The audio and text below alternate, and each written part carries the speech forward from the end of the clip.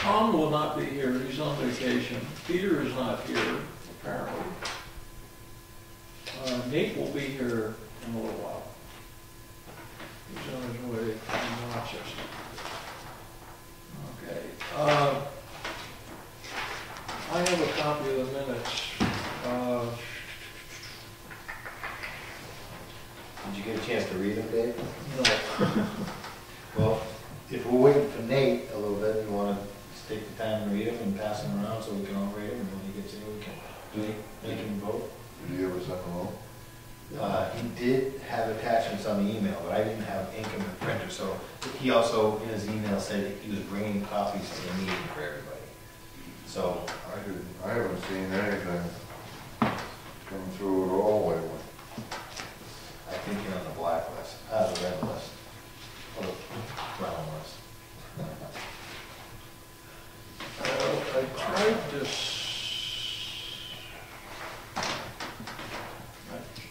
The minutes just came through today.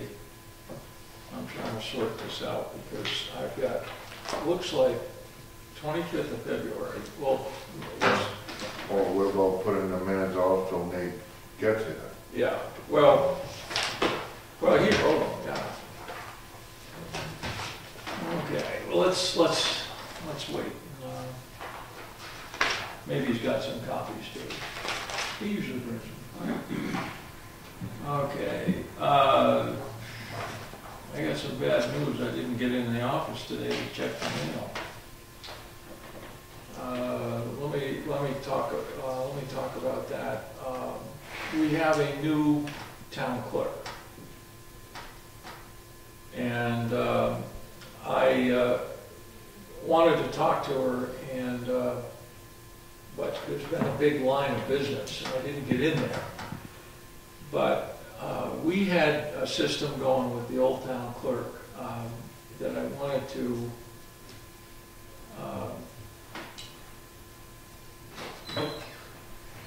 get the new one lined up with that. Hey, Pete, how you doing? Hey. I see you're not bringing any minutes or anything. Okay. I thought Nate said in his email this afternoon he was going to bring them. Yeah, I got one set, and Nate's going to be here about 20 minutes late. Yep, I read them. So, okay, we're going to wait until when he gets here. And he probably has copies, he usually does. All right, I was just talking about the town clerk has changed. And I didn't get to the mailbox because we don't have a secretary, and I was in Manchester all day. But what I had tried to establish previously was a system that when they get an application, that they suggest that the person, if they're in a hurry, comes into the meeting. Now, 2 weeks ago, I was told that there was something pending, and you know, she was talking to me. I said, look, if they're in a hurry, because wouldn't it be true if a person brought the applications in and we reviewed it and we said, look, you forgot to change this, you forgot to sign this, that he could do it right there, and then we could approve it and on it would go. If they're not at the meeting, we could find reasons why we can't sign. So we've always invited people to come to the meetings, and that's always been the case. And you know, what's that phrase you can do to force to let it, but you can't make them drink it? Well, the thing is, I want our new town clerk to be More proactive. in on that system. What I would suggest to her is that when she gets an application, she emails us to notify us there is an application, and then advises the person if they're really concerned to come in, because we'll work with them, and you know. Well, if you want to do something like that, my suggestion would be is, why don't we make up a piece of paper that we can have attached to the front of each application that tells our meeting times and that invites the client or their agent to come and take the onus out of the town clerk's hands and put it where it belongs right now. She hands them the paper. She hands them the application with that paper, and all the info's right there, and then it's up to them. That's a good idea. You can put contact information on there and what have you. Because some of them, particularly in the fall, they're very rushed to get them signed. The other thing we need to do is I have no key, Me neither anymore. I was in Manchester all day, and I don't know what's in the mailbox. We can't get at it, so we need to get something done about that.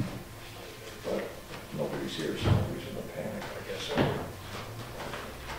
Anyway, that's previously received applications. Committee activity, forestry committee, the snow is melting, and we could get out there and take a nice hike soon. For the ticks and the black flies. Another excellent idea. We're looking at April. I know usually, I mean, if I pick a date like April 6th, Saturday, everybody's got to go home and look at their calendars. But why don't we see if we can respond by email, Saturday, April 6th. By the way, we did the walk on, as you know, the marsh property. Yeah. Maybe it'd be a nice idea to invite Moose Mountain folks, tell them we're going to be walking it, if they've got an interest. I can click it on my email, throw it an invite. All right, why don't we? Walking the town forest again? Yeah.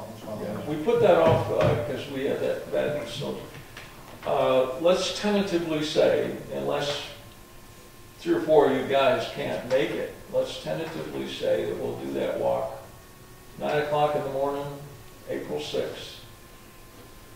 I'd like to get that done real soon now. You're gonna post that in case more than 3 members show up and have a forum? I don't really think that's an issue if you're not making decisions or something. What we need to do is we need to look at the forest and listen to recommendations, and maybe Pete has a lot to say about, I mean, obviously I think the plan would be to make that forest healthy and growing like Union Meadows. I think to save any controversy though, I would take heed and post it. I mean, it saves any issues down the line. All right.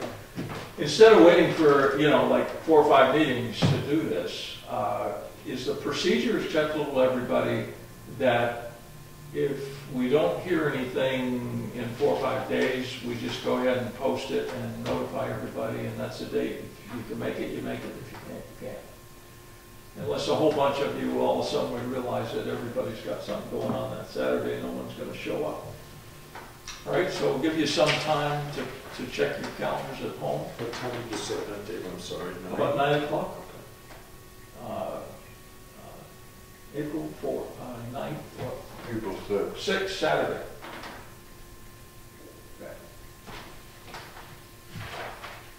Okay, the Natural Resource Inventory Ad Hoc Committee met last week, and I think,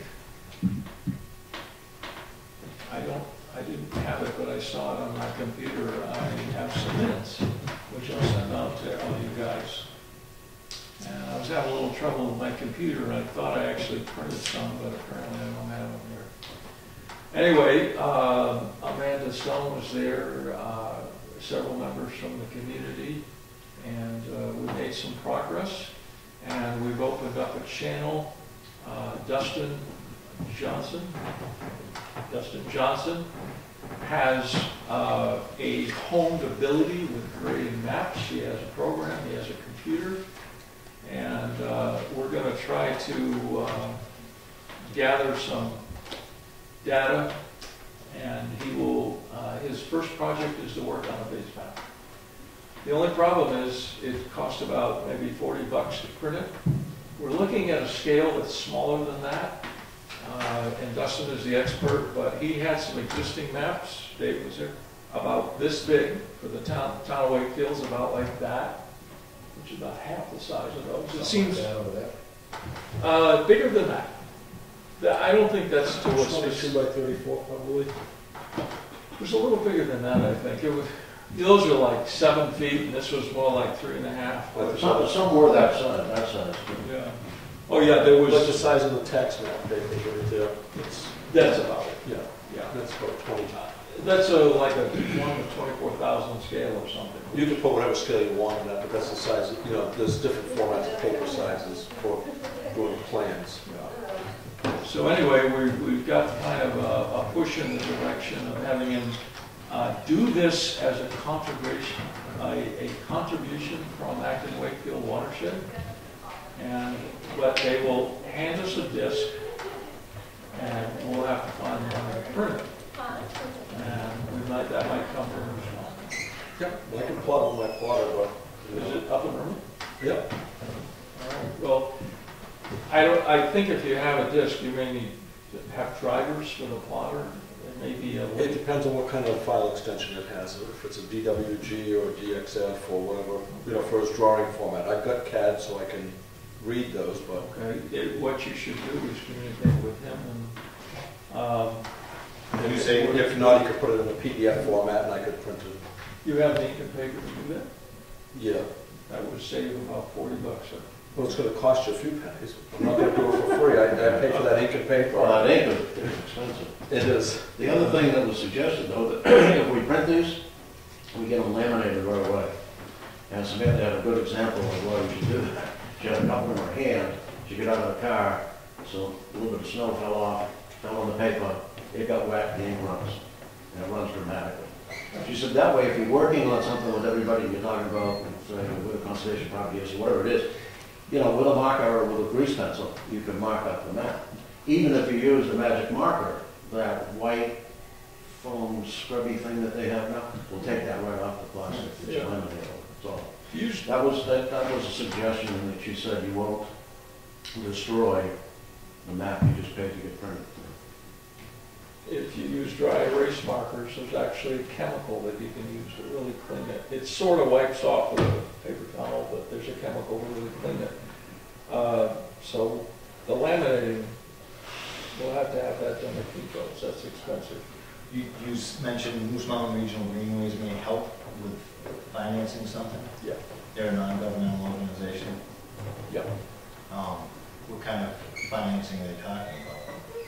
And where does they have in principle, without specifics of amounts, but they have in principle wanted to financially help the town do the natural resource inventory, because the town is actually lacking any funds to do that.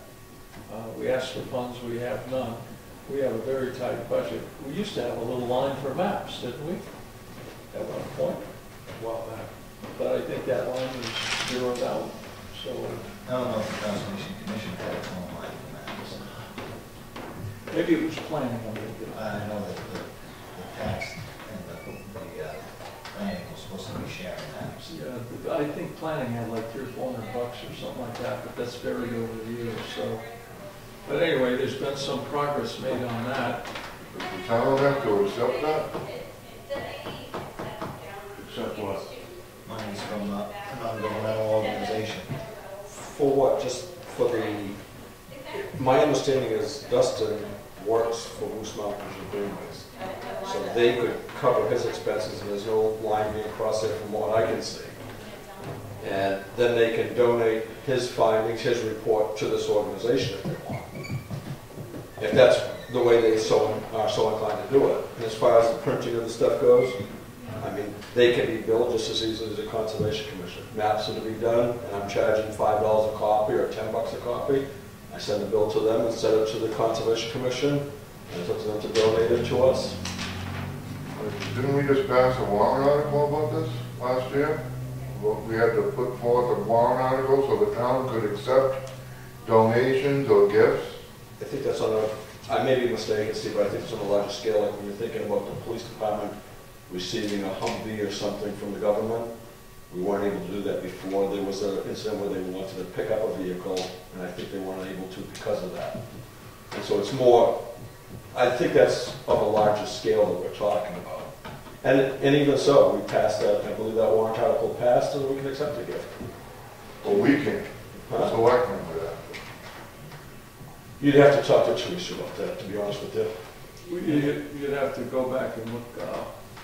I personally, hopefully can talk the commission into seeing the importance of just tracing where the money's coming from. I mean, if it does come from the federal government, I would strongly encourage our commission to. When we're talking about Dustin's work, we're really talking about money, it's donating time.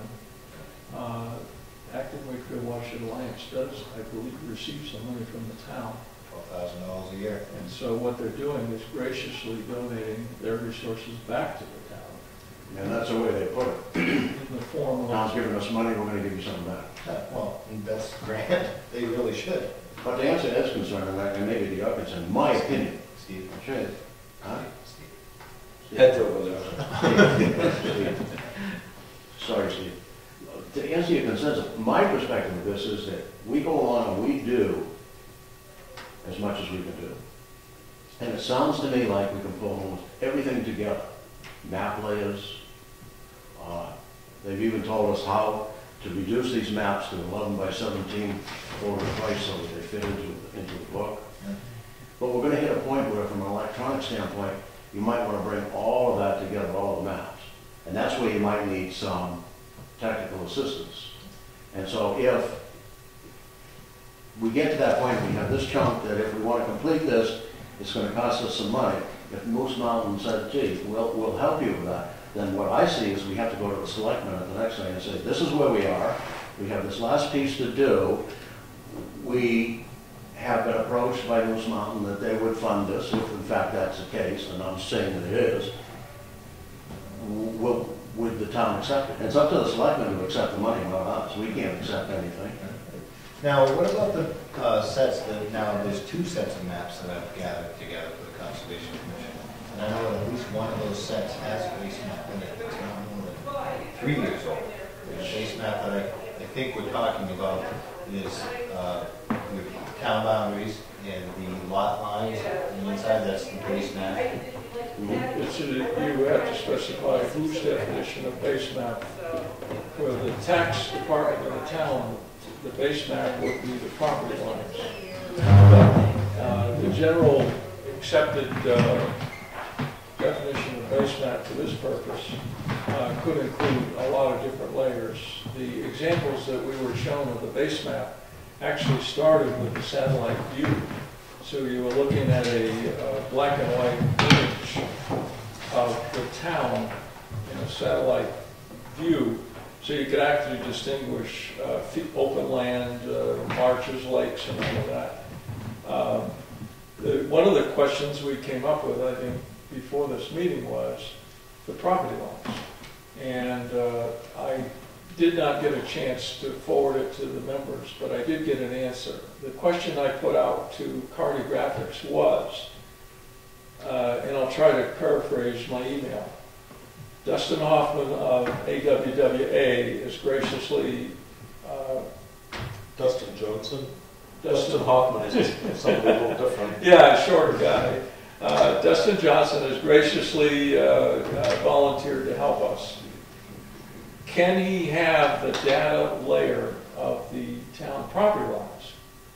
And the general understanding, and we've talked about this for a long time, was that Cartographics created that layer. The answer I got back was that because of our contractual relation and they give us these maps, the answer from the head of Cartographics was, town owns that layer. And it's just a matter of being able to digitally communicate that data into a form he can use, because he has that ability to add and subtract layers from every map, and a lot of them we would want to show parcels. For instance, conservation areas, you got to have parcels. So I wanted to make sure that we wouldn't be, taking some proprietary information from Cartographics, and apparently that's in the clear. A lot of the work is already done. As you see the zoning map over here, I mean that, you get all the zoning districts. Over here you get the conservation lands, needs to be updated, but however, it does show, it's just the base map of that is the tax maps. You can see all the separate lots. It's all there, it's just a matter of laying it. And I think a lot of that laying is already done by Cartographics Associates and Stratford Regional, which we're not a member of, but we can purchase these maps at a cost.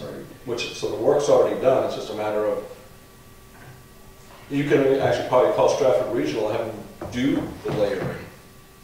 The critical part of it is, we had you know, people that understood this at the meeting, the critical part of it is that when you do the layering,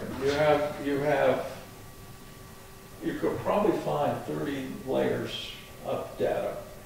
And you have to assign colors to this data, And if you put it together like watercolor painting, you could get mud. Here's nature.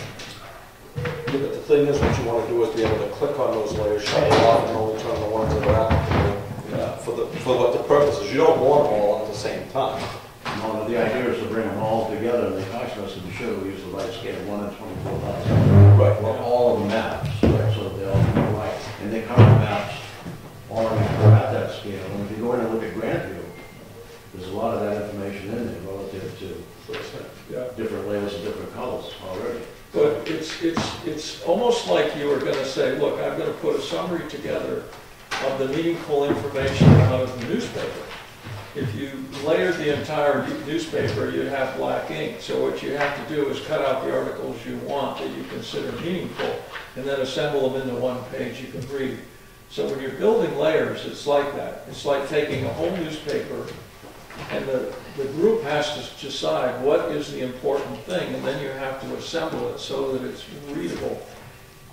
We have a projector here that can go on the screen, and Dustin said that he could probably do a little of the judgmental stuff with the group. In other words, how does this look? And project it.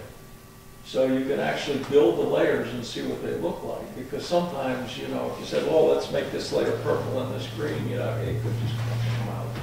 It's a horrible mess. But anyway, you know, we're making a start.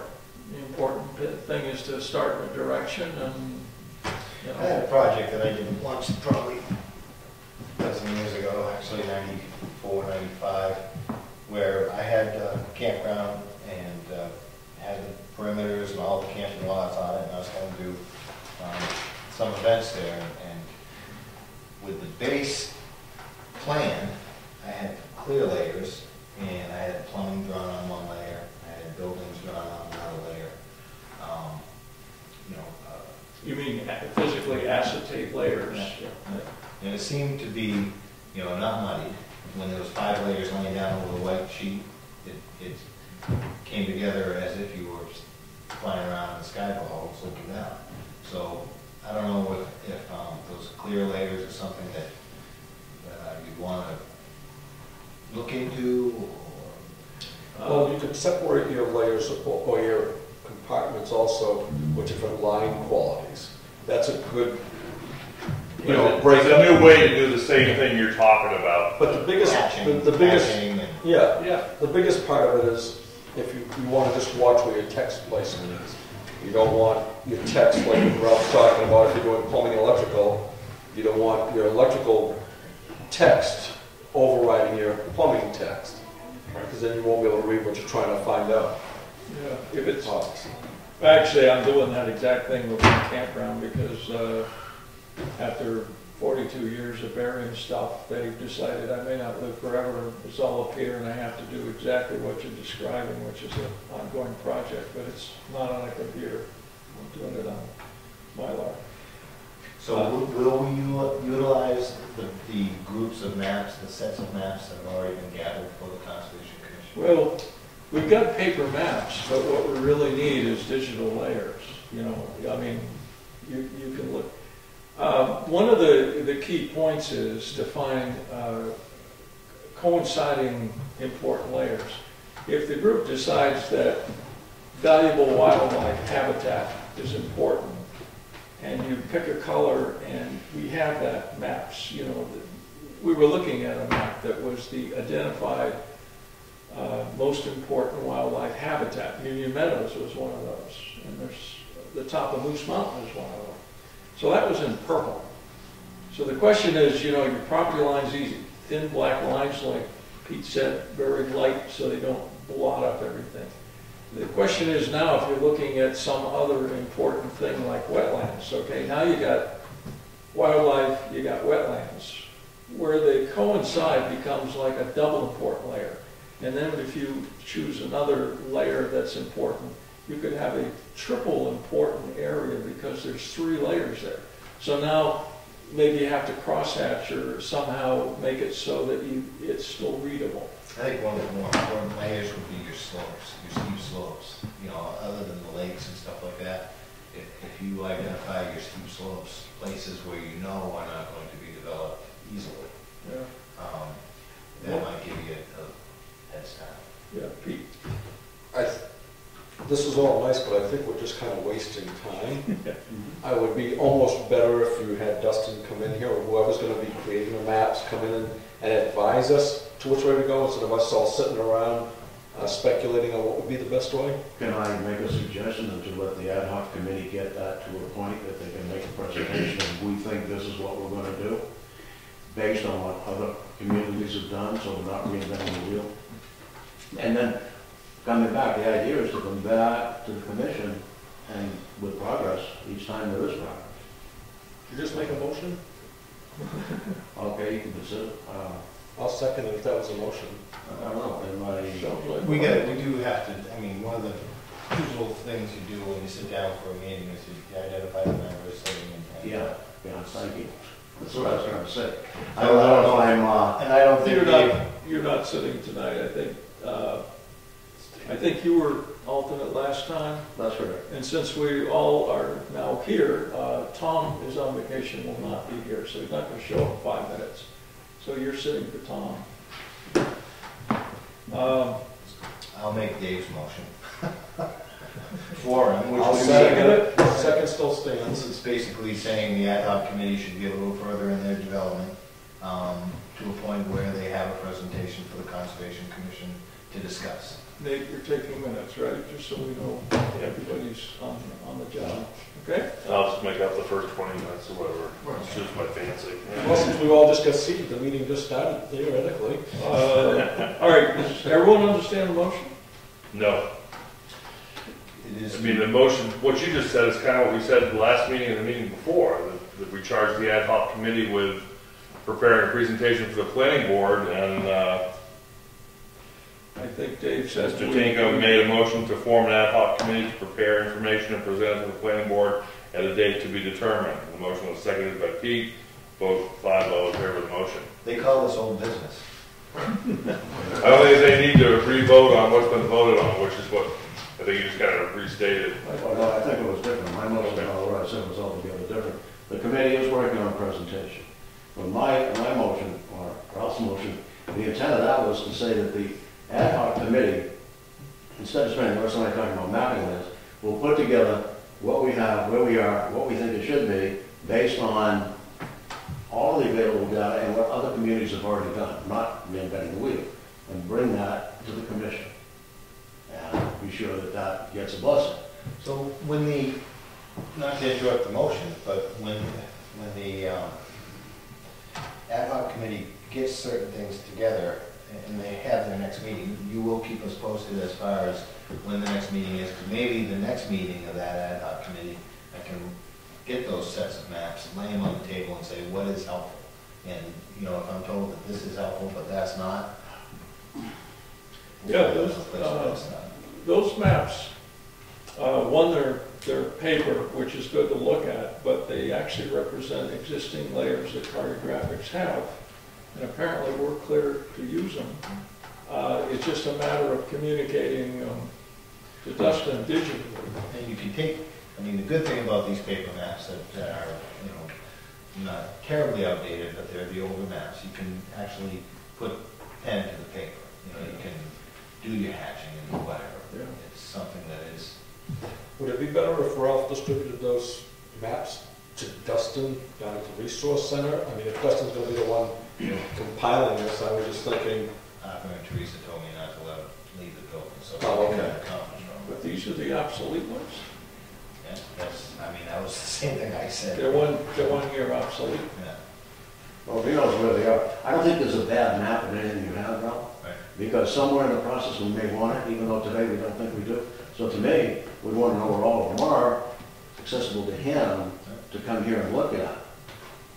Well, you know, looking at them would be fine and they're nice colors, but if we digitally communicate these maps to them, he'll have them on his computer. So, Ralph, statement that Dave just made, the motion you're making? Yes. Then the second's out on the floor, can we Yeah. maybe move that, maybe, can we move this conversation? Well, let me see if I kind of get the ad hoc committee is going to collect data, prepare a presentation, and then present it to the Conservation Commission to get its blessing to go to the No, planning board. Okay. all the commission, all the ad hoc committee is gonna do to start this conversation is come to the commission with what we're doing with maps and layering. That's what we were going round and round with. So that's all that I intended to say. You want the ad hoc committee to present a format to this board so that the board can approve the format and then the process can begin. Yeah, in fact, they're gonna understand it better than we do by the time they get to that point. But they will come with a plan as to what they're gonna do for layering. That's basically what I'm saying. Nothing to do with presenting to anybody else other than the board. That's So you're going to prepare layering criteria. There you go. Thank you. Okay, I think we finished that conversation, and I skipped over the first thing on the agenda was... Do you want to take a vote on it? Right. Sorry. My mind is jumping ahead. So who made the motion? I did. Pete second? Pete second. All right. All in favor? Aye. Aye. Five. Mr. Chairman, before we go off the subject, there's just one point of clarification, if I may. Yes. Speaking for the public side. What Acton Wakefield Watershed Alliance said is that they have been working on a water resources plan that really should, it needs a little bit more work, but it's just about done, should complete our water resources chapter of the NRI. And they're willing to get that completed and work with us and turn that over to us. Again, part of what they said, the town has given them contributions or given them money over the years, say a way to get back. Just as a point of clarification. And a lot of that's been done by Forest Bell, which is one of our bidders. They actually used the guy we selected that would have done the work. Okay, the first item on our agenda tonight was the reorganization. We have one member missing. I'll take some input from the board. I'll make a motion to nominate Nate Fogg as chair of the Conservation Commission. Well, I was going to ask if everyone's comfortable with the idea of doing this process with one of our regular members missing. You okay with that? The only problem being to that point is that on many occasions, there's always a regular member missing. Well, that's true. I can't predict when we will have a meeting with everyone here. And it's far and few between. Okay? I would like to commend the alternates for being here at every meeting so that it's nearly seamless to fill in and make that, and that, I think, Okay. goes well With for that, the alternates. with that gracious praising of our alternates, are we okay to go ahead with Steve representing one of our members? Okay? So we're gonna do the election? Okay with that? Organization. You want to repeat your? I will make a motion to nominate Nate Fogg as new chair of the Conservation Commission. Do we have a second? Second that. Okay. Any further discussion? Um, I don't want to do it. Periodically, I'm sorry, no, You can't speak. I do have a conflict at the present time, periodically getting here late, and I just don't want that to be overlooked or finger shaking going on after the fact. It's not going to end next time, but it will end. I already had a solution. All right. We know you have kids in sports and that kind of thing, but we have a position of vice chair. And theoretically, the vice chair can step in if you're getting here late like you were today, so. Yeah. I just wanted that to be on the table, that's all. I'm happy to do it. Any further discussion?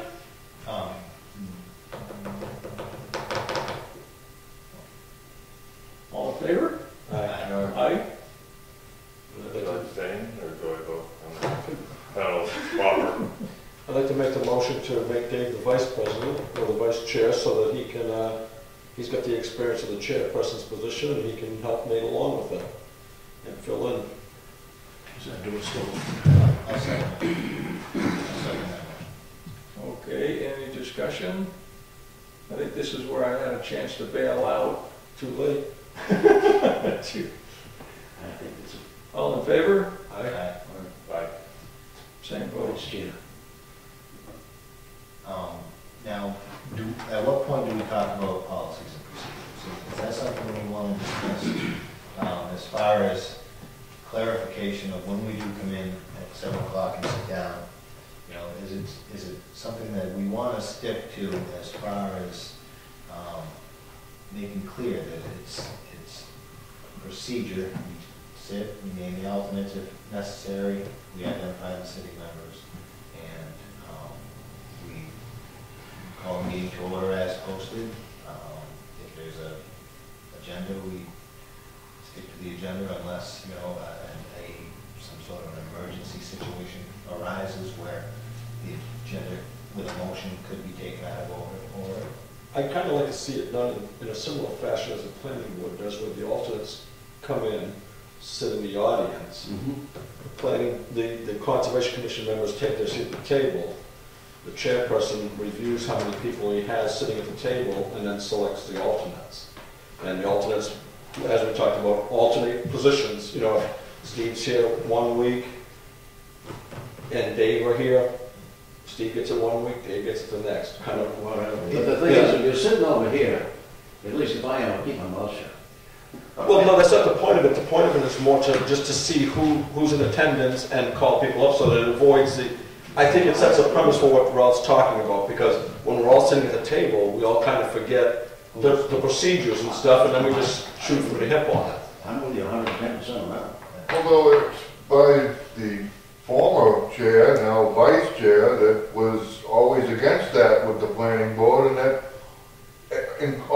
everyone, including the alternates, sit at the table. I mean, there's what, 6 of us here now? If we can't pick out between 6 of us who's who, then we get a real problem. Steve, thanks for speaking for me, and I totally agree with what you said.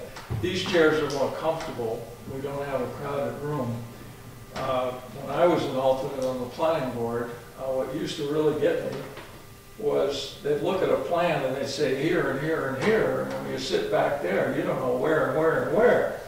And I wouldn't mind an alternate sitting at some special area, but The notion wasn't to have them sit there through the whole meeting. In a situation like this, it's just, as Ralph's saying, when we all come in here, we all sit at the table, everybody gets warm and cozy and sits there and the meeting starts. And nobody knows who's in what position.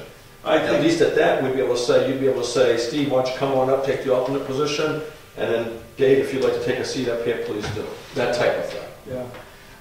If it's been a problem, it's been my fault because, you know, Tom works 40, 50 miles away and often comes in about, 20 after, and Nate's had worked out of town, and I know sometimes it's not clear who's going to be here and who isn't. But I think if the alternates are sitting over here until the meeting begins and the chair decides who's going to sit as an alternate based on a particular member missing, it's there, it reminds you to do it. And I felt very uncomfortable when I first came and said, oh, come on, sit at the table. I think, wait a minute, I'm an alternate, I shouldn't be sitting up there. Well, you should know as much as the regular members, so if you are sat down at the next meeting. I don't dispute that, but I don't think my place is to sit with the board when I'm not in the position of a working But the alternate. whole idea is that it's just like what you said, and I was alluding to, is just to remind us of procedures. Yeah. That's all it's for. It's not to And that's exclude anybody. And I'm not saying that was a problem, I am just trying to make sure that we have some sort of idea of what the procedure would be if we're following it. What's your But if we're sitting over there, nobody's going to forget it. You know? Ralph, was that a motion that you made? I would have to think of a... Well, then, if you don't mind, I'll make the motion that to follow procedures, the alternates will first assume seats in the audience, regular members at the table.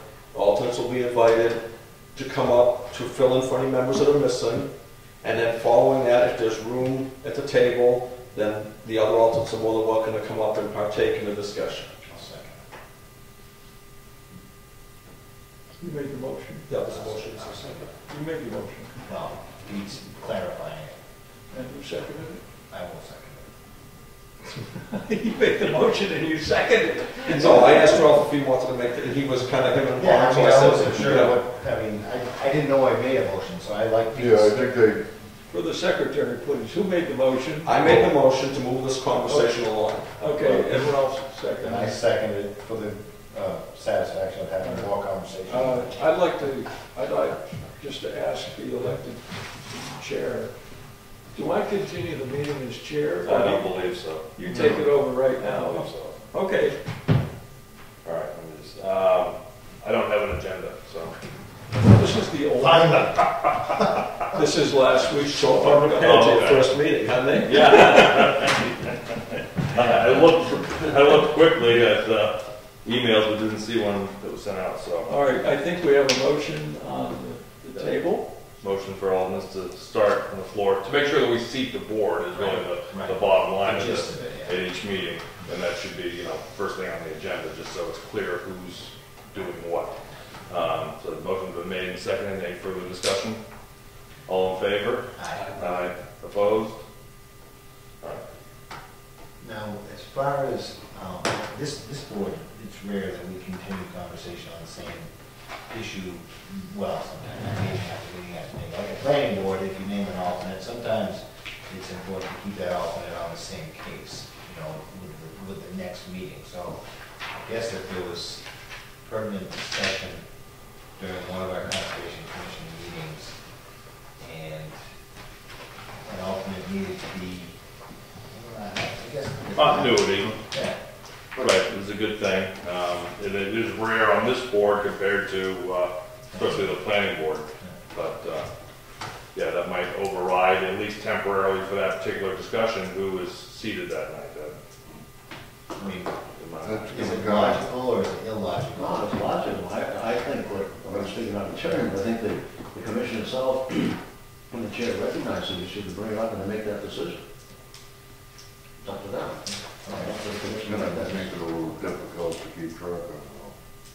Well, but it should be clear in the minutes, when somebody steps off the board and comes back on, it should be right in the minutes, just like a motion. Speaking of minutes, Mr. Chair, what are we going to do about hiring a secretary since you are no longer able to take minutes? Well, it might be handy if somebody else took minutes, and that would be fine with me. I have the minutes from the last two meetings. I sent it out in the middle of the afternoon, so some people may not have seen their email yet. I brought 3 copies with me. There's 1 copy. Did you see him up there? No.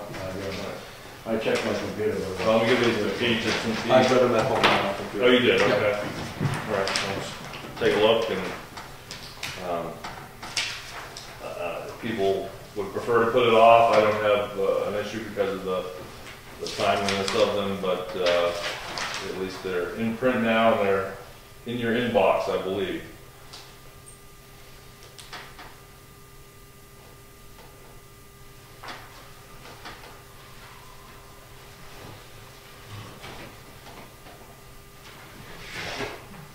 Are we looking at 25th of February 1st? Sure, yes.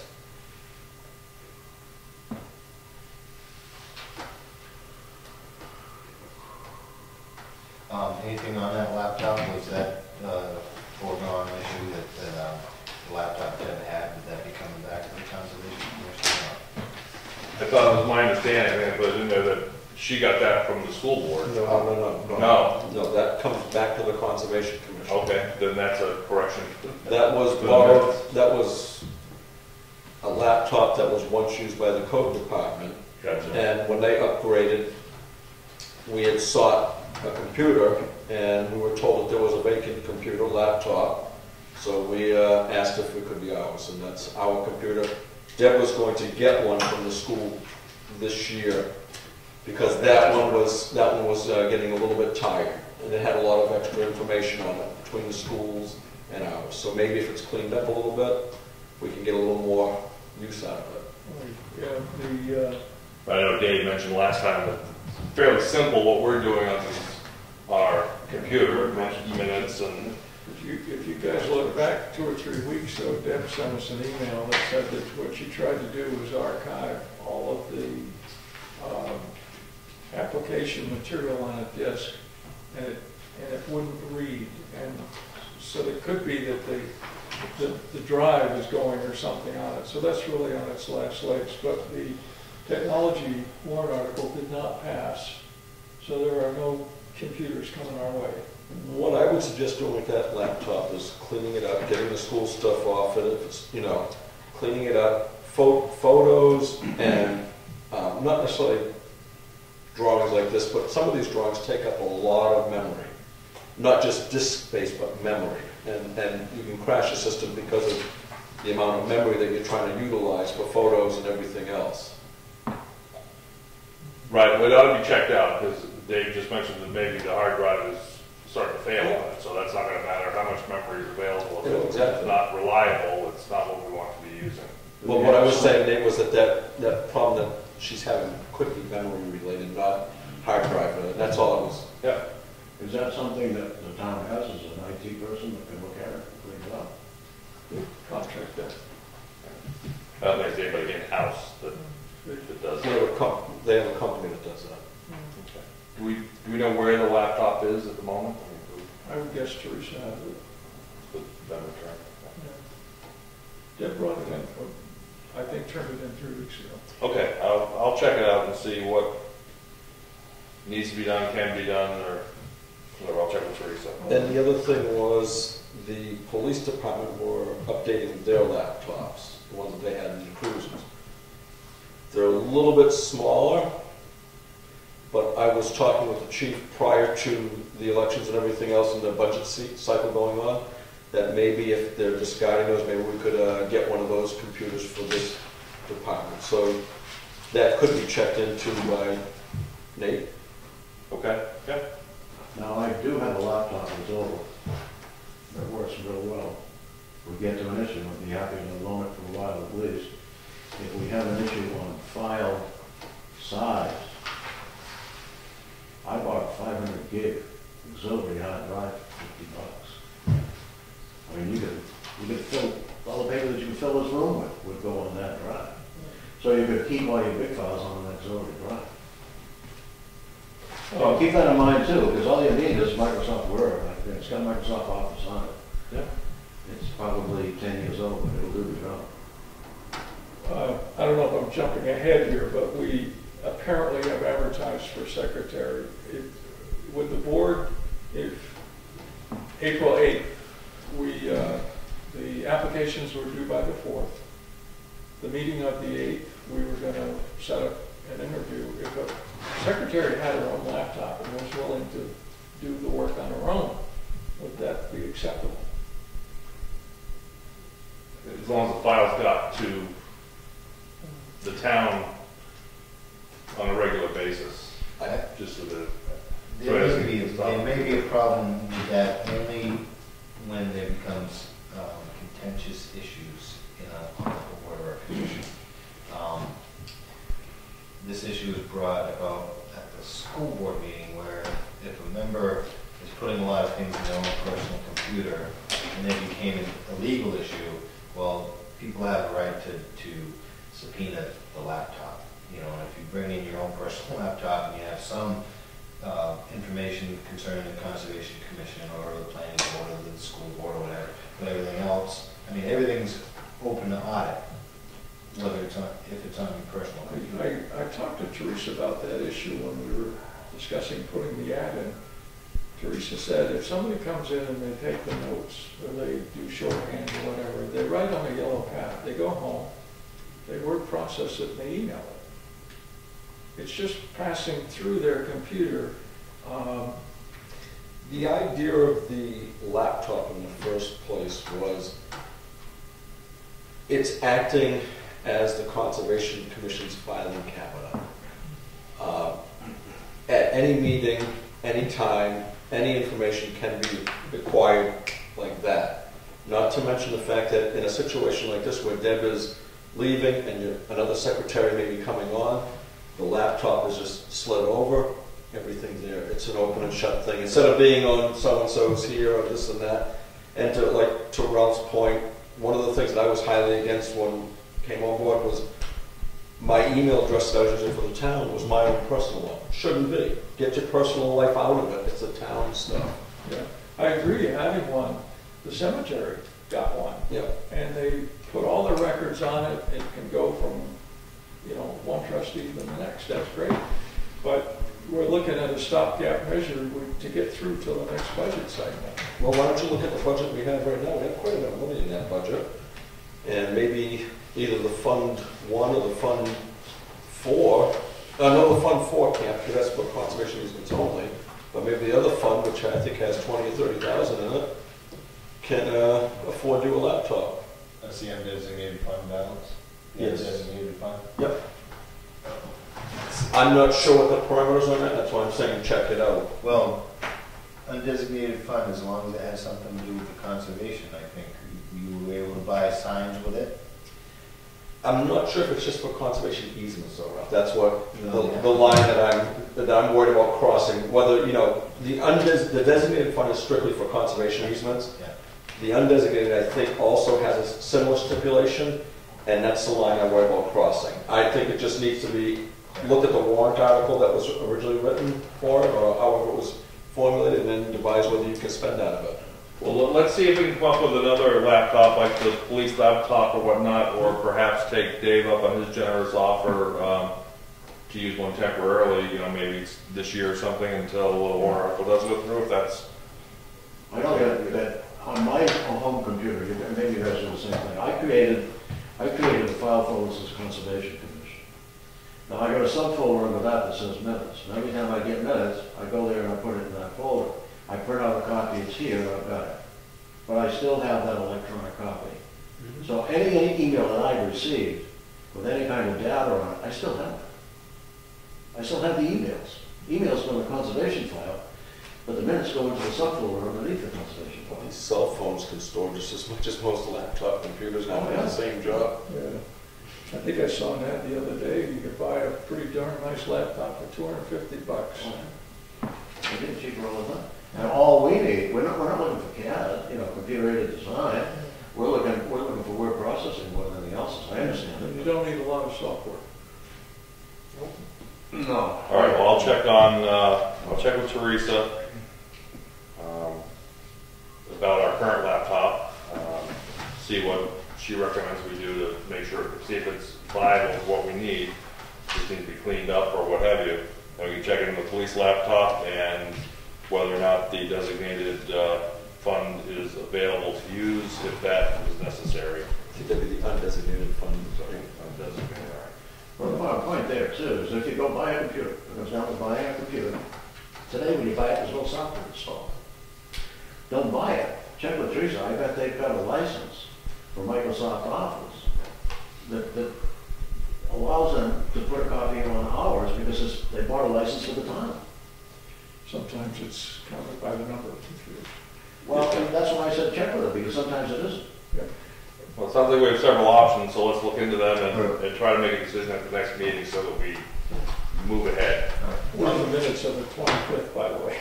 I'll second Dave's motion. As written for the minutes of 25th February. Is there a second? Dave made the motion. Oh. And then I seconded it. I forgot the motion. What is it? To approve the minutes of the Oh, 2:25. yeah, okay. Any further discussion about the February 25th, 2013 minutes? While we can still remember. No? All in favor of approving them? Aye. Opposed? I abstain. Okay, 401. All right. Anybody looking at 311? Pete, you get a chance to look at them? Yep. I'll make a motion to approve these minutes as written. Second.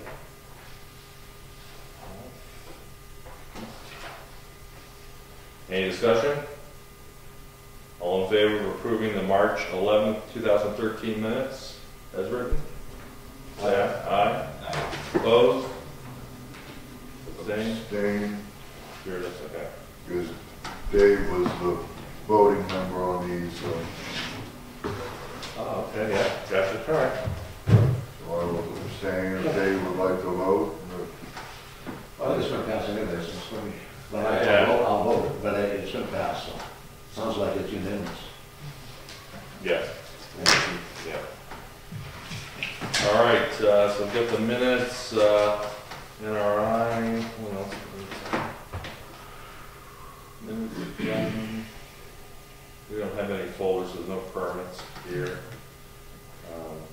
Forestry is next month, I believe, at the forestry meeting, and we were going to talk about something. We set a date also, Nate, for us. I'm not sure if you were here for that conversation. No, okay, April 6th at 9 o'clock to do a walk on the town forest. okay. 9 PM, is that gonna be a little dark? Yeah. Get the helmet, Okay, good. the miners hats. That's all right. Hey, you need these copies of your minutes back? I do not, thank you. Thank you.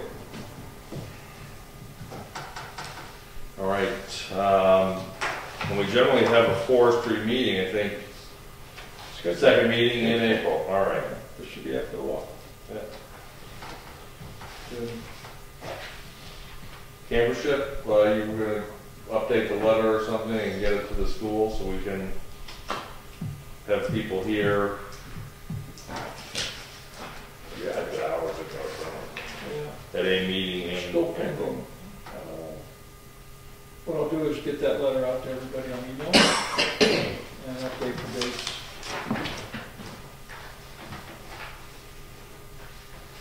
Right, should basically be the same letter I think we talked about. Right, yeah. Trying to Yeah, get it to the April 8th meeting. what we need to do, I guess what we said was we would get the letter to the school, get kids interested, the kids recruit their parents, the parents come in here, and then we put them to work, right? They put themselves to work, really is. Right, let them go roll the ball wherever they want to, and, you know, that motivates them a little better when they're doing their own thing. But it's nice to get it done sooner than later, as soon as possible, because if they're gonna be doing a yard sale like they've done in the past, they need time to gather up some goodies to, Yeah. So we're still gonna try to get them here for April 8th, it's a time, but it's running a little short on time, isn't it? it's mid-May will be, I think, Friday. Well, I'm just saying to get a letter hasn't gone out to the parents yet, so. Yeah, Get to the parents. the letter, what I did last year was take 200 copies to the school, they passed it out to 3 grades. And so it's going through the kids. Yeah, Is that the way we want to do it again? I think It goes so. on with the kids, and then yeah. we trust that the parents get it, and the kids get all enthusiastic, and then the parents get dragged in by the kids, right? Because usually it's the parents that the kids want to go that'll be involved. Well, the school puts out a newsletter each month too, if I'm not mistaken, don't they? Monthly or weekly, it used to be weekly, I don't know. Why can't you go on that as well? All right, since time is of an essence, and I do a lot of traveling this time of year. I was in Florida for a week since our last meeting. It'll be a week before I can get this out to you. Maybe Steve or Ralph could, well, what I'd like to do is get the letter out and give everybody like 48 hours, read it in the email. Yeah. If you see anything completely wrong, yell stop on the email. Otherwise, I will print it and get it to the school in a week. I'm just saying, we were looking at having them here on the 8th, and that seems like that's not giving them enough time. Next week? No, Week and a half, 2 weeks, but, It's yeah. 2 weeks. Well, I can have the letter to the school in a week. But that's only Right, it gives them less than a week to be ready. Yeah. So I don't know if we want to, what deadline we want to put in, April 8th, hold that, or? How about I 22nd? email the letter to you We'll just tonight? move it back one meeting then. April 22nd. Yeah. When deposits are due in May sometime? Is that, You move it back too far, what I'm concerned about, like I said, they won't be doing fundraising and stuff, they need time to prepare. yeah. And Right, the first meeting they're gonna have here, they're gonna come in here and sit and they'll get to know each other, and then they've lost about 2 weeks till they can get, Well, it's still 2 weeks to the 8th. But Dave says it's gonna take him a week to get it out. I can get that letter updated and mailed to you guys tonight. I can get over to the school. And it's just a matter of somebody getting it printed. You can send me what you have, so I don't have to type the whole thing over again. I can change the dates or whatever and get that over to the school, so they'll have nearly 2 weeks, and that's, I think, a little more reasonable. The email's not the problem, it's the school. Getting it. Yeah, I can get it to the school, all right. So you're gonna use the same format you did last year. Sorry? You use the same letter you used last year. Exactly, just Oh, change just it. change Why the do you date. need to look at it and hold up the process, just do it? Well, That's my question. If you can get it to me, I can get it to the school. We need to change the date, so it's the right date for our meetings, that's all. Yeah, can you get it to me tomorrow, the next day? Tonight. The original, tonight? All right, so I'll give you a call tomorrow sometime, Wednesday, Well, can you just email it to all of us, or? I don't need to look at it, I'm good if it's. Yeah, so that's fine, right, then. You want to just change the date and take it over? Can we do that? Save the middleman? Do that, so you would, we're gonna, April 8th? Okay, Dave's gonna email it to all of us tonight. Right. If anybody sees anything besides the date that ought to change, let Steve know right away. Steve's gonna change the dates, and, Dates or date? well, the date we want the parents in here is Yeah. very April important. 8th. I don't know any other dates besides that myself. Well, when you look at it, it'll be last year's year, and date, and it has to be updated for this year's calendar, that's all. What, April 8th? Yeah. That's There it? may be a deposit due date, which I suspect if it's May 31st, it's still gonna be May 31st, Yeah. kind of thing. So the only date that needs to be changed is April 8th, Let's do that, yes. right? Unless it's something else that says 2012. Well, of course. Yeah. We have an account on the copier, Okay. and if you go in there and get on Monday, Wednesday, or Friday, get the code from Tony, you can make 200 copies, because you're doing 3 grades, Yeah. 5, 6, 7. So, get the copies here, saves the school bill. Yeah, 200. I mean, is it 50 kids in each one of those classes? I mean, each one of those grades? Between What, 50 and 60, two classes? Three What, classes. 3 classes in each grade? I'll leave it to the school Oh, no, people no, to no. figure out how many.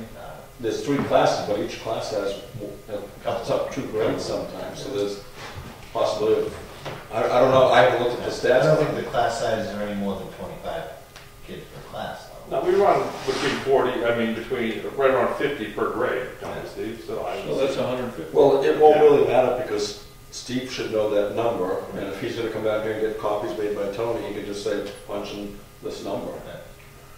Yeah. And what 3 grades? 5, 5, 6, 7. 5, 6, and 7. 8 is too old. They're too horny by that age, and we have to. I think there's an age limit at Tanglewood. 2 what, Nate? Video. Corn. That's probably a video camera.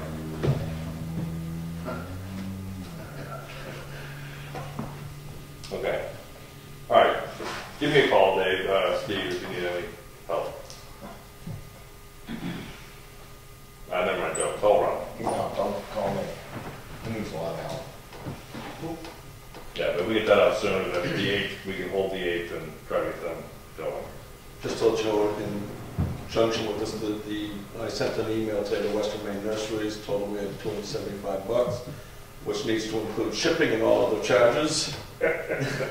And told them we'd like at least 100 balsams, and they can use tamarack, red pine, or Norway spruce to make up the difference. Oh, okay. So I'll wait back to hear from them, but we'll see what numbers they come up with and what stocks they have available. Excellent. Thank you for taking care of that. All right. The prep grant we talked about a couple meetings ago to discuss when the full board's here, which is not the case this evening, so I guess that's still on hold, if that's still something to even worry about. I think it is to try to offset our previously spent money. That was the idea. Yeah, we're still eligible. There is a purchase and sale. They hope to close within 6 weeks. And we're still eligible to get that. And Moose Mountain was graciously allowed to make up the difference, which would be about $18,000 to make the town conservation fund whole. Mhm. So, Cover all our expenses that we've exactly. Does any of that funding come from the federal government? I don't know. I'm not privy to their financial information. And if it does, there's no contract attached to it. So it doesn't really matter if the feds gave them the money, they want to redistribute it. We're not signing on board to any contract with the feds. We are allowing them to give us money to help offset the funding that we had put out in advance. It's just, And I want to make sure that there's no news that slip our neck. We're out of the news right now. There's not going to be, to my knowledge, any agreement signed in receiving this money, other than maybe a receipt, thank you for helping us out. So if they've got a contract with the government, that's their business, but it doesn't percolate over to us. all we're required to do is give them receipts for the expenses we had already spent for the survey and things like that. All we need is one receipt for the attorney from Concord. That's all they require.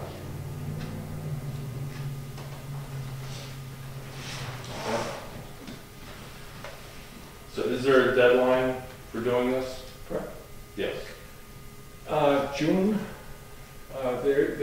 The grants they have expire in June. However, they can be extended for, I think, 6 months by way of a letter. But the closing should be before then, so we shouldn't panic until June. The closing has to happen, Before and then. then we can get money Yeah, back. All right, so. but we're allowed to go up until June. I think it was a year ago we applied. And it can be extended. Okay. All right. See, any update on the mobile station conservation land? Nope. So we had our own business. Well, I'm just going down last time's agenda, which is business. We reached that. That was the end of old business. That was the end of old business? It was the last one. I'm not saying old business from the 11th. And Can I inject a little old business? absolutely. I'd like to make clear that I believe this Conservation Commission needs to be a little more willing to do site walks when permit applications come to the commission. The state does depend on each local Conservation Commission to be their eyes and ears. There's been discussion on this issue before. According to the minutes, I've practically begged this Conservation Commission to come to my job sites that I've applied for applications for. And past discussions have usually ended up with, we're not the dock police. The state wants to mandate these inspections, let them do it themselves. And I don't think that's the right attitude. I think with site visits, all questions that could be asked, or maybe asked in the, any concerns could always be addressed either during the sidewalk or permit application process. Just to clarify, you're talking about before we sign off on to go to the state, or even during construction? Even during construction, I would say. I would think that some applicants for permits need a little bit of guidance. Some applicants for permits have done enough projects where they don't necessarily need help. In my personal situation, I think it's necessary that the Conservation Commission understands the scope of projects, the approach, the getaway, and all that good stuff. It helps clarify a lot of things. Just taking, 45 minutes to an hour, go somewhere and look at what a permit applicant is hoping to do or accomplish. Could save time and energy subsequent to the permit being issued. In 2 years, I think, in my memory, in 2 years, we only had one application that we thought was questionable. And every other one, we looked at the photographs, as my recollection goes, we thought the photographs in the application were straightforward, complete, and self-explaining. And I don't recall any time when we thought there was really a need to do that. But my other question would be, if we ever had a request on the part of an applicant to come and look Certainly have from me, from you? according to these minutes. At least twice, I've encouraged the commission to go to my specific sites. I didn't know if that was a request or an invite. It's always an invite. But it's, you know, to me, it's important that we're all on the same page. And at times it just seems as though a sidewalk would go a mile in explaining a lot of things. You know, you see dead trees, you see, if you can see the reason that the project even has to be done. You know, hands-on, pictures tell a lot, pictures tell a huge story, but they don't tell the whole story. And pictures can certainly be, you know, you take a picture of a certain angle, and you're either looking at, you know, the real problem, or you're looking at a perceived problem. So, it would just be nice to know that it's our duty, the state expects us to do it. Attitude that, you know, the state's only going to mandate it and not do it themselves. Well, that's kind of silly. Well, I certainly think it would benefit any member to view an application prior to a meeting, during construction, after completion. It only enhances your knowledge of what's going on, what we're approving here. And I know I haven't seen too many during construction, just a few. I've permitted quite a few and seen. I think a lot of us have a feeling of what we're looking at just by the pictures, just because of we're on lakes. You know, we've seen the actual project site perhaps over the years. So The conditional notes lay out a lot as well. It pretty much lays it out. And if the drawings and the diagrams are what they're supposed to be, you mentioned dead trees, if they're dead trees, and the diagram should delineate that there are such dead trees there, not that later on there's dead trees. So that's not the way the process works. So just saying, I mean, there's a list of notes. If the contractor, the agent, or the person who's hired to draft it up should document all this stuff. I've always been under the impression that, personally, not to go up to the sites unless there's a complaint filed. Then that's our responsibility to go up. At this meeting, when we talk with people, we can explain our position, offer them, like we just got done talking at the beginning of this meeting, a chance to come in. If they want us to come up, they can invite us up. my personal feeling is that people who are going through the process are trying to do the right thing. I think that's a big step in the right direction. And so I want to encourage people to keep getting permits and not trying to do it after dark or whatever and, you know, sneak things in, which is wrong. But if they get the permit, I think they've made a big step in the right direction. But then again, mistakes are made, and, you know, perhaps that could be avoided occasionally with somebody just looking over the shoulder early on and just asking a question, just out of ignorance even, could bring something to light. Be pretty interesting when you read all those notes, which I've read the permits many times, and some general notes and some specific notes, and some of those can be quite daunting. Usually you have to go over those with your client and calm them down a little bit, you know, that, well, they're giving a permit and they tell me I can't do it kind of thing. But I would encourage anybody to grab a copy of a permit and go out to a site anytime. It's can only benefit. Well, that, and there's also that on quite a few to permit by notifications and minimum impacts, there's a process where you send pictures in after with a finished result. You know, the state has always allowed with my projects, and I've been told by some folks at DES I'm one in a lot. You know, I mean, there's not too many people that send pictures in of a finished project, and I make that a point, and I believe that I make that a point so that the state sees the finished project. So, I hear what Ralph's saying, and it's nice of him to invite people out. It could be a learning experience if we're invited out to a site. But as I flip in my memory through all the applications that we've done in the last few years, I see a lot of very simple retaining walls that were in disrepair. Didn't seem really very complicated. The few complicated plans that I can remember, we've got drawings from Land Tech like this that were extremely detailed, survey accuracy, thoroughly documented with photos, drawings, I mean, you know, full-size survey.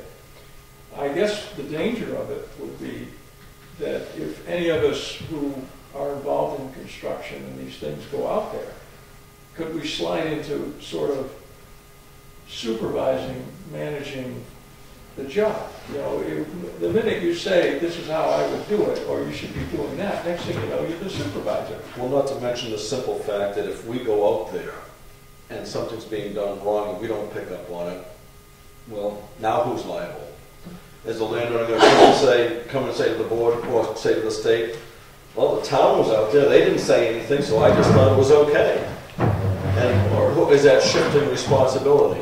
You know, if there's a complaint, we respond. If there's no complaint, let the state deal with their stuff. Let me tell you a short story. I'm a director on the State Campground Association, 140 campgrounds. They used to go and inspect campgrounds and call them approved. Somebody sat on a wood table and it was rotten and the seat collapsed, and they sued the campground and the association because they inspected the campgrounds. So the association became a co-owner of a lawsuit. We don't inspect anything anymore. Nothing is approved. We visit. That's why I get concerned about, you know, shedding responsibility. If we go out there and we give the thumbs up and they go ahead and they keep doing what they're doing and we don't catch on it. Oh, Pete said it was okay. Well, you certainly can't comment on, you have no authority to shut a job down or... No, but we know that, Nate. But does the landowner, and sometimes, you know, they can get away with saying, hey, you know. Don't do anything you're not comfortable with. Anything else that's a valid point to do whatever you feel comfortable doing, I guess is the best way to do it. Anything else for old business? All right, move on to new business. There's no permits to review, there's no correspondence. Is there any other activity for the board to be brought up to speed on? Union Meadows Hike, did anybody go on that? Yep. We did. Well, 40 people. 40 people? It was good. It was well attended. I don't know the exact number, Nate, but you know, that's what they were anticipating, and they had quite a crowd.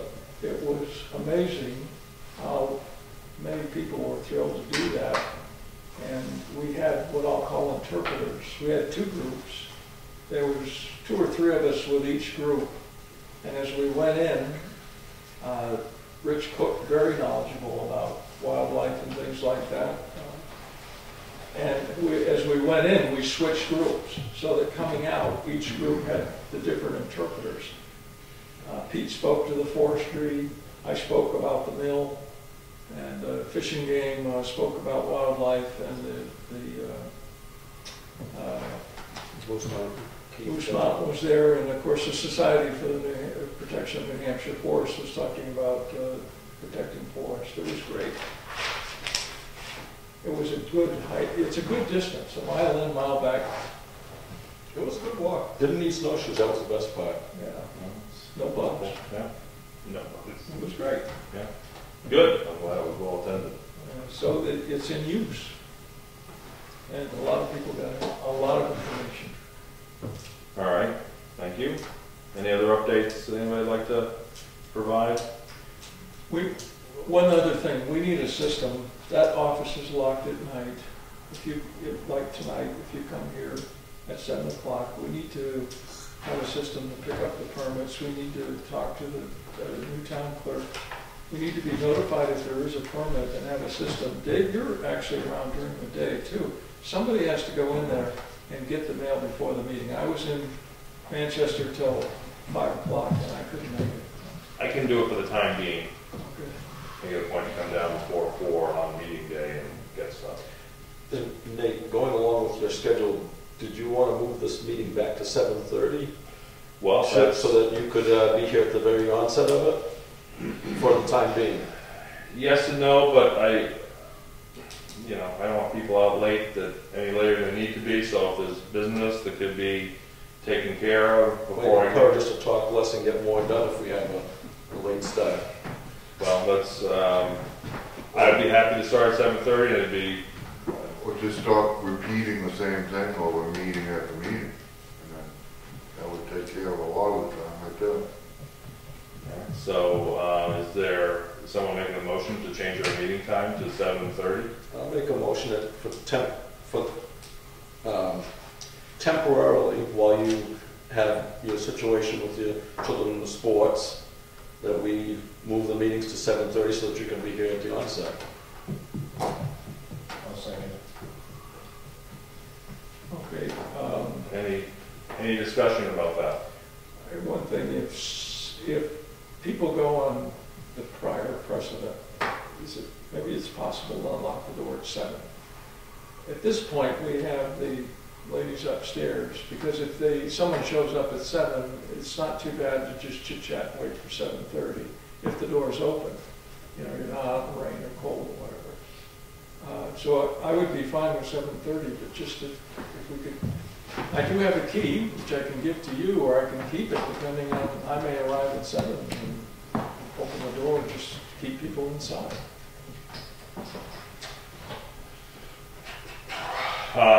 It's hard to change a precedent, I hear you, and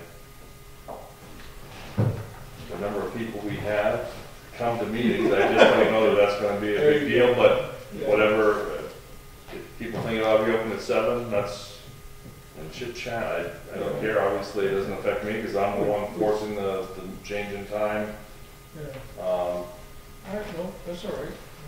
So, If I'd say once we put, on the website, there's really not that many people showing up. It's going to be on a video webcast here that we're potentially changing the time to 7:30. So I know everybody in town that watches this will be up to speed on that. And when we invite the parents, we'll make sure it's 7:30. Yes. And that, yeah. Okay, so any further discussion about changing the meeting time to 7:30? Start time at 7:30? That was made by Pete, seconded by Relf. All in favor? Aye. Opposed?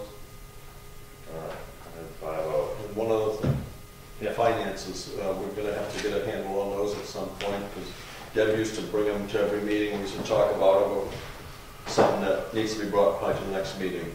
There's no issue on secretary hours, Yeah. unless. Well, yeah, I need to get up to speed on the budget, and I think we should have it here, so we can make decisions about spending money at any particular meeting, rather than check into it. If there's no applicants for the secretary job, is it possible to petition the town administrator, maybe ask for the land use, that same gal that's doing the planning board and the ZBA? I mean, isn't conservation still falling under land use? Yeah, I asked her, and she has a family, kids to feed. Night meetings are a big issue. It's been I asked her, and it's been a huge strain to go to those night meetings. To add another one, it's like, she also has applied for the finance clerk position. It's tough because for the amount of money we're offering to tell somebody, hey, would you mind breaking up your night and coming down here? Yeah.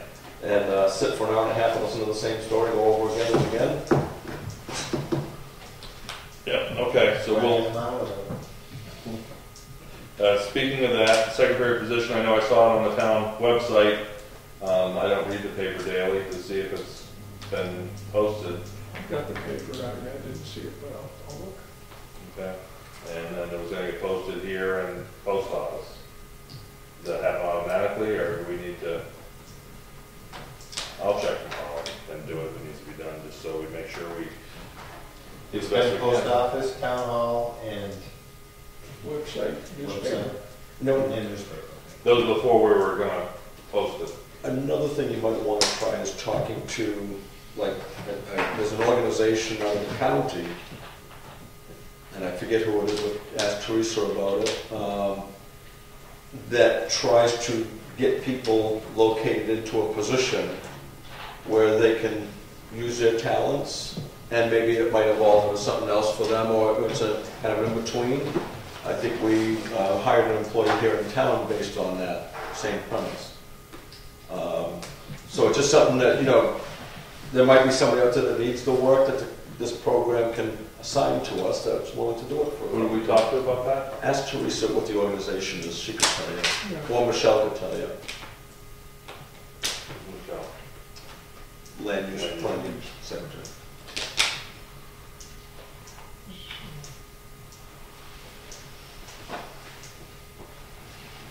Okay, any other new business?